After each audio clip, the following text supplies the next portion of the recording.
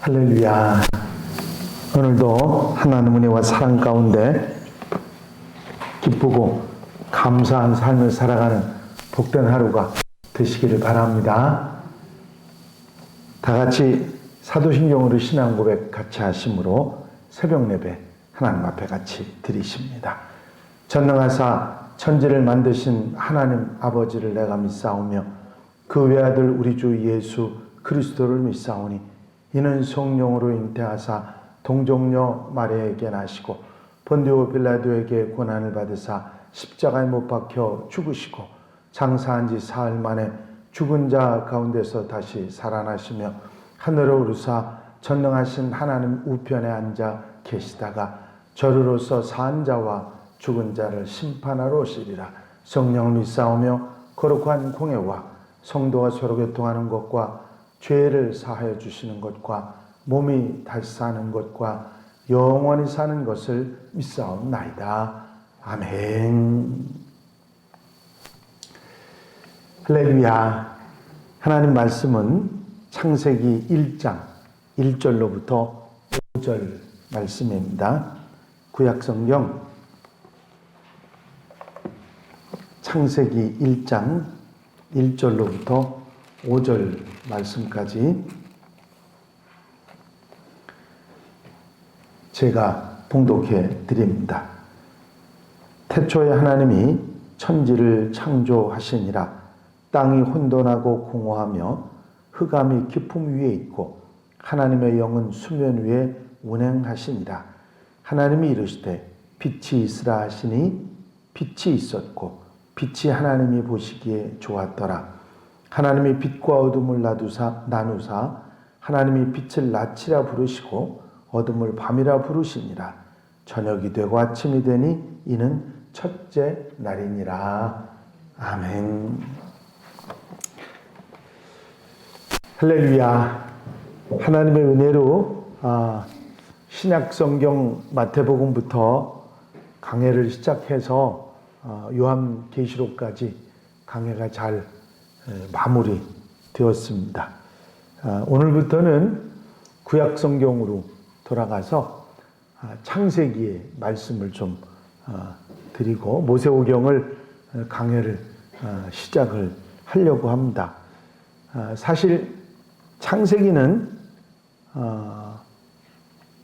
성경의 맨 앞부분에 있는 책이기 때문에 많은 사람들이 창세기를 그 읽음으로 인해서 성경을 읽기 시작합니다. 물론 신약 성경을 먼저 읽기 시작해서 마태복음부터 읽는 분도 있습니다만은 창세기부터 주로 성경 그러면 제일 먼저 앞에 있는 게 창세기이기 때문에 읽기 시작하는데 창세기 1장은 여러분들이 아시는 대로 그 첫째 날, 둘째 날 하면서 창조 기사가 제일 먼저 나와 있습니다. 그리고 마태복음에는 족보가 시작이 돼서 처음 좀 인내심이 없는 사람들은 이 성경을 읽기 시작하면서 재미없네, 내용이 왜 이래? 그러면서 성경을 읽으려고 했다가 내려놓는 사람들이 많이 있는 것이 이제 걸림돌이 되는 부분이 이 부분입니다. 하지만 상당히 중요한 마태복음에서 족보도 또 창세기에서 이 창조기사도 상당히 중요한 내용이기 때문에 조금 지루한 부분이 있고 딱딱한 부분이 있더라도 우리가 좀 새겨서 읽어봐야 할 그런 부분들이 있습니다. 우리말에는 이 창세기를 창세기라고 책 이름을 했고요. 영어로는 제네시스라고 하는 말로 창세기를 책 이름을 썼습니다. 이 창세기라고 하는 말이나 영어의 제네시스라는 말이 같은 동의어거든요. 모두가 헬라어 번역 성경인 70인역이라고 하는 구약 성경을 신약으로 번역해 놓은 헬라어 성경이 있는데 셉투아진트라고 하는 그런 70인역 번역 성경이 있습니다. 그 제목이 그때 그 성경에서 번역해 놓은 그 책 이름이 제네시스, 게네시스라고 하는 말로 되어 있는데 그 말을 영어에도 우리말 성경에도 똑같이 그렇게 번역을 해서 썼습니다. 문자적으로 의미하면 이 게네시스라고 하는 말은 발생, 시작, 족보, 기원, 출생 아주 다양한 뜻으로 사용되는 그런 단어입니다. 원래 히브리어 성경에는 그 제목을 베레시트라고 하는 말로 되어 있습니다. 이 베레시트라고 하는 말은 태초에 우리 창세기에 제일 먼저 나온 첫 단어 있잖아요. 베레시트라고 하는 첫 단어 태초에 하는 말씀하고 같은 의미를 가지고 있는 단어입니다. 어느 책의 첫 번째 나오는 단어를 그 책의 이름으로 썼던 히브리적 유대인들의 표현이 그대로 베레시트라는 말로 구약 원래 히브리어 성경에는 그렇게 되어 있다. 신약 성경 그 헬라어로 번역한 그 창세기는 게네시스, 영어로는 제네시스라는 말로 되어 있다. 우리말 창세기는 이 제네시스라는 말이다. 여러분들이 이해를 하시면 되겠습니다. 그 다음에 이 창세기를 쓴 사람은 누구냐 하는 그 저자에 관해서는 일반적으로 많은 학자들이 모세오경이라고 우리가 말하지 않습니까? 창세기, 출애굽기, 레위기, 민수기, 신명기 이 5책은 모세가 썼다. 그렇게 알려져 있는 책들입니다. 그래서 모세오경의 전체 저자는 모세다. 그렇게 일반적으로 알려져 있습니다. 그래서 오경의 첫 권인 창세기 역시 모세가 썼다. 그렇게 생각을 하죠. 그 모세가 썼다고 하는 이 내용하고 그 다음에 그 쓴 연대, 이 창세기를 기록한 연대가 언제냐 하는 부분은 신학자들 사이에 여러 가지로 논란이 좀 있는 부분들이 있습니다. 대체적으로 전통적인 신학자들은 아까 말씀드린 대로 모세가 썼다고 하는 말에 대해서 대부분 받아들입니다. 하지만 자유주의 신학자들 가운데서는 문서 발달설이라고 하는 그런 문서 비평이라고 하는 그런 학문적인 흐름에 이렇게 같이 따르는 사람들이 있습니다. 이 창세기를 보면 창세기 내용에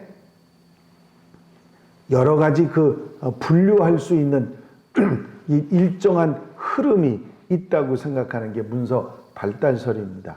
무슨 얘기냐면 하나님의 이름을 야훼, 여호와라고 우리가 번역이 되어 있죠. 야훼라고 하는 말로 이렇게 하나님의 이름을 쭉 이렇게 사용하는 그런 부분이 있는가 하면 어디는 엘로힘, 우리말로는 하나님이라고 번역이 됐는데 엘로힘이라고 하는 말로 하나님의 이름을 말하는 그런 내용들이 나옵니다. 그래서 하나님의 이름을 여호와라고 쓴 사람하고 엘로힘이라고 쓴 사람하고 그 사람이 다른 사람이라고 생각하는 그런 이 견해들이 있는 것입니다. 물론 이런 문서들뿐만 아니라 큰 4가지 문서가 합쳐져 가지고 창세기라 그렇게 말하는 사람들이 이제 문서 비평 입장에 있는 문서 발달설의 입장에 그게 한꺼번에 모여져서 창세기가 됐다고 생각하는 사람들이 그 학자들이 있습니다.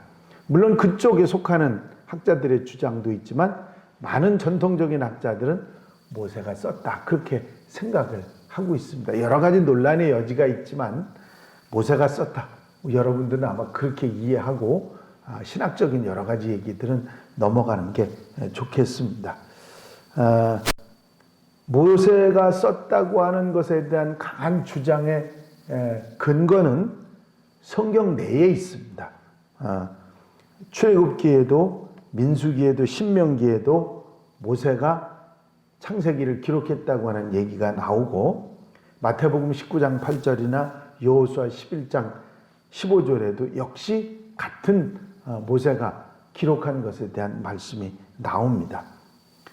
만약에 그렇지 않다면 모세가 아닌 후대의 어떤 인물들이 그처럼 눈에 본 것처럼 생생하게 그렇게 기록할 수는 없다는 것이죠. 고대 애굽의 언어라든지 풍습이라든지 질이라든지 해박한 정보라든지 아주 생동감 있는 그런 이야기, 이런 것들을 직접 본 사람이 아니면 이렇게 쓸 수 없다. 대부분이 그렇게 인정하기 때문에 모세가 기록한 책이라 하는 것을 인정을 합니다. 기록 연대에 대해서는 여러 가지 얘기가 있지만 그 중에 모세가 썼다고 하는 것을 생각한다면 모세가 활동할 시기, 모세가 태어나고 바로 왕이 다스리고 그리고 출애굽해서 나왔던 시내산까지 갔던 그때 기록한 것이라고 했을 때, 광야 40년 생활 동안에 기록한 것이라 했을 때 거기에 맞춰서 연대를 추정합니다. 열왕기상 6장 1절에 보면 이스라엘 자손이 애굽 땅에서 나온 지 480년이요 솔로몬이 이스라엘 왕이 된 지 4년 12월 곧 둘째 달에 솔로몬이 여호와를 위하여 성전 건축하기를 시작하였더라.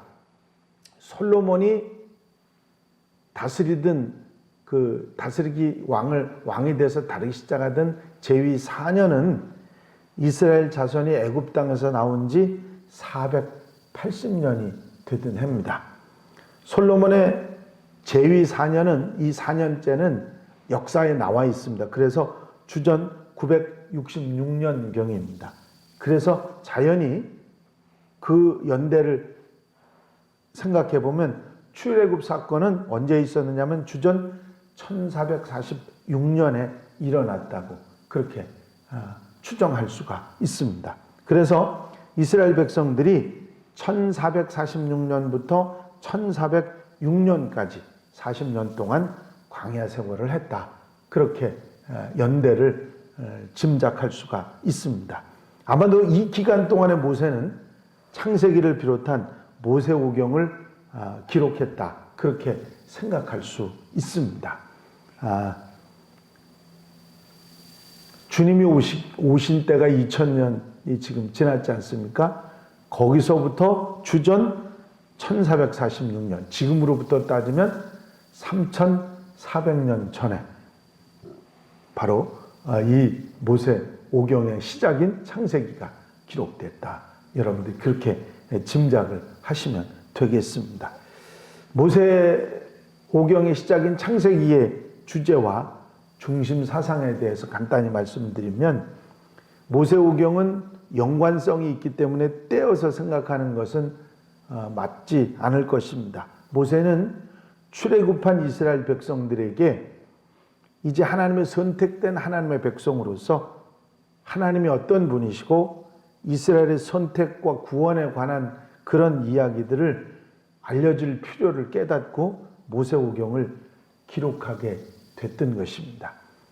자, 이스라엘 백성들이 하나님 앞에 그 압제당하는 것을 호소해서 하나님께서 이스라엘 백성들을 애굽에서 이끌어내시지 않습니까? 이끌어내서 40년 동안 광야 생활하면서 모세는 그들에게 하나님이 어떤 분, 당신들을 애굽에서 이끌어서 가나안 땅으로 이끄는 하나님이 어떤 분이시라는 것을 확실하게 알려질 필요가 있었기 때문에 하나님에 대한 이야기를 시작하는 것이 바로 창세기입니다. 어떻게 하나님께서 이 세상을 만드셨고 어떤 분이시라는 얘기죠. 그리고 그분이 이스라엘과 어떤 연관을, 아브라함과 관계에서 어떤 연관을 가지셨고 지금 출애굽의 이 사건을 어떻게 해서 시작하셨다는 얘기를 자세하게 풀어서 설명하고 있는 내용이 창세기라 생각하시면 되겠습니다.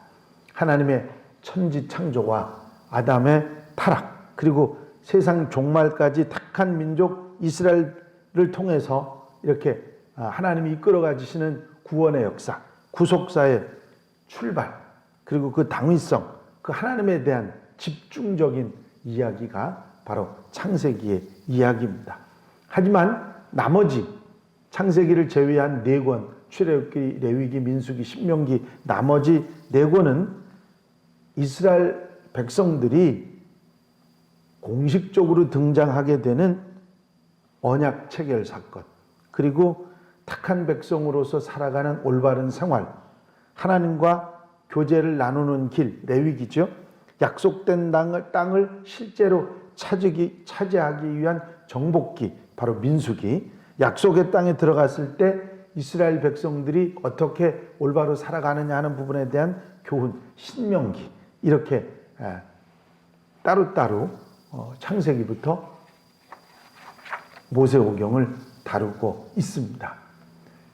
이제 창세기의 내용을 보면 천지 창조로부터 아브라함이 부름을 받기까지 이전 그 원래 원역사라고 표현하는 인류의 원역사를 다루는 부분이 전반부 1장부터 11장까지 창세기의 내용이 됩니다.